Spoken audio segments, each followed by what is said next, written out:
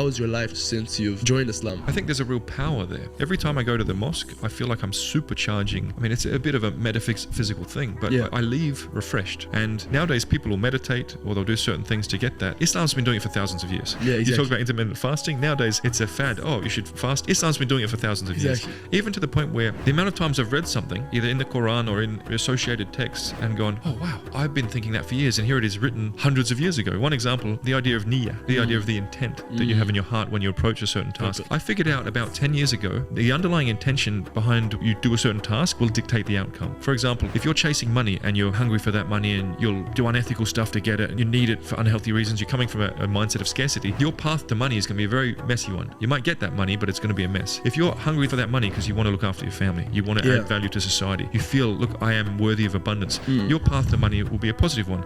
I had realized how important niyyah is, that intent through which you approach certain tasks, before I even read about niyyah in Islam. And then when I read about it, I was like, oh, I already believe this. But it took me 30 years to figure it out. I've had moments like that dozens and dozens of times, as have my other revert friends. They're like, it took me 30, 40 years to figure this out. Islam figured this out hundreds, if not thousands of years ago. Why didn't I just study Islam earlier? You read something that's 1400 years old, right? It is so relevant to today. I feel it's even more relevant than ever before. It's incredible. Like with this wokeism push, this degeneracy, this trend for men to follow modern culture and just become useless creatures who can't even look after themselves or their family. There's a book that's 1400 years old which gives you a system with which to follow and live a meaningful life, so you can reject all that modern day culture, all the hedonism, all the rubbish, and it's been there before any of us.